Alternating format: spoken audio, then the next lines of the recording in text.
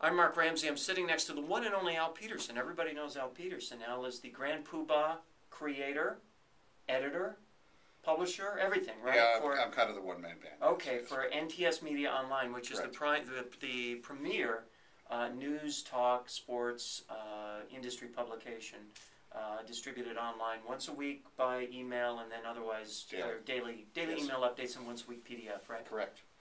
Nice to say that. Al, I'm fascinated by news talk. And here's I know you are. And here's my observation. Tell me if it's true. My observation is that of all the formats out there, news talk is perhaps the healthiest now. Is that right? Oh, I think so. And I mean, I can't say I'm not biased by that, but I think so because it still remains the only content that broadcast radio can provide that remains relatively unique. Music radio, that just doesn't exist anywhere, anyhow, anymore. It's very hard. And if you're going to have a unique music format, you're going to have such a niche format, you're not going to call it broadcast. So, I think that good operators understand that having the talented talk stars in your market, they may be available elsewhere, but people will still seek them out on your radio station. Well, it's fascinating to me because we don't have that many talented talk stars, and we don't have that many stations. We have a lot of stations that are news talk, but a growing number on FM, right? Yes. When is that just going to reach a tipping point? And well, I have to believe that it already has. Anyone who has attended any of the conventions or whatever that I've hosted over the years, for the last 10 years, I think there's been every convention's had the obligatory. Is the world ready for FM talk session? Well, it's been ready. I was in one of those with you. Yeah, well, it's been ready for FM. It's been ready for FM talk for at least a decade, and I actually don't call it that. I call it talk on FM. Of course. Which is really what it is, and I think heretofore most operators felt that it was profitable enough and, frankly, easier to run music formats on FM.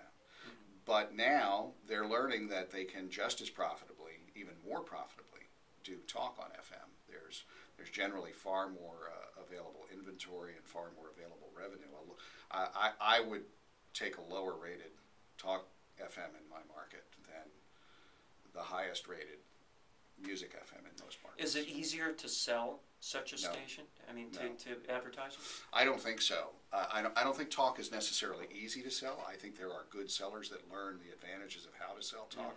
But I think if you want to sell easy and be order takers, you might as well be the third AC in town. Okay. Well, that can't be that easy. Well, probably not. I've got to ask, talk is kind of a label we apply to the format, but really, I like to think of it as non-music, which really kind of opens up more avenues for talk. But, I mean, if we think of something like a Kid Craddock, which, as a result of the Citadel thing, that's in that category, right, of non-music programming? Absolutely. In fact, recently, I had the pleasure of being with Don Anthony. He did a thing called the Talk Show Boot Camp, an extension of his morning show boot camp. And the original concept behind it was something that Don and I talked about quite a few years ago, actually, was people in music radio who are really doing talk shows, talents who are really doing talk shows that want to sort of move in that direction in a bigger way, as opposed to when they're done at 10 a.m., the station suddenly becomes the greatest hits of the 70s, 80s, and 90s, or whatever it is. And yeah, I think everybody from Howard Stern to Kid Craddock to here in San Diego, Jeff and Jer and Dave Shelling Chainsaw. Those are talk shows. They've always been talk shows. There may be some music thrown in here and there along the way just for some sort of emphasis, but even that has become progressively less and less over time. So yeah, they're all talk. Talk isn't just Rush Limbaugh and Michael Savage and Sean. But I don't know that even our own industry sometimes kind of gets their head around that and understands that that's itself a genre, and maybe it goes back to the CBS experiments of a few years ago with free FM thing that didn't really work out. Well, but experiments succeed and experiments fail. That doesn't mean that the category is wrong. Correct. That's correct. I mean, part of the problem is that for a long time, and I think erroneously to a great extent, too much FM talk was characterized in what I call TNA talk. It was, and then when Howard left terrestrial radio, another term I hate, by the way. It sounds sort of prehistoric. TNA or terrestrial radio? Terrestrial radio. TNA, I'm okay. I don't have a big problem with it. When he left terrestrial radio, I think there was a real concern, and not just by CBS, but in general, certainly they were on the forefront of it, of what can we do to replace Howard? And so they tried to develop programming that, well, this has the same appeal as Howard. Well, that's just not true. Howard has the same appeal as Howard. Rush has the same appeal as Rush. Bill Handel, a local star in Los Angeles, has his appeal. You can't recreate a host's appeal. Only that host has that appeal. And so I think that it scared off a lot of operators for a while. That, oh, well, we don't do that kind of talk. That's kind of smutty talk and whatever. That's just ridiculous.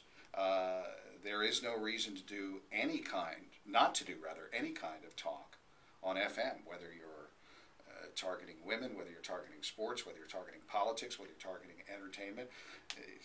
It's a cliche, but, come on, folks, fish where the fish are. Well, it strikes me that there are... 80% of the people are on the FM band. So. It strikes me that there are precious few experiments in that regard. Yes. We can look at a station like the Link in Charlotte, for example, which you're familiar with, which is abjectly a talk station. And yet it's a particular kind of talk station that seems to have almost no peer nationwide. Now, how in the world can that be? Why is it that we're not, especially at this time, when there's so many, when they're the Pandoras of the world, Sirius XMs of the world, competing for the music audience, the MP3 players of the world, isn't it an obvious move to go in this direction? I think so. You're kind of preaching to the choir in that regard. I've certainly advocated for a long time that... I always prefer to do that. It makes the debate so much easier. It makes it so much easier, yes.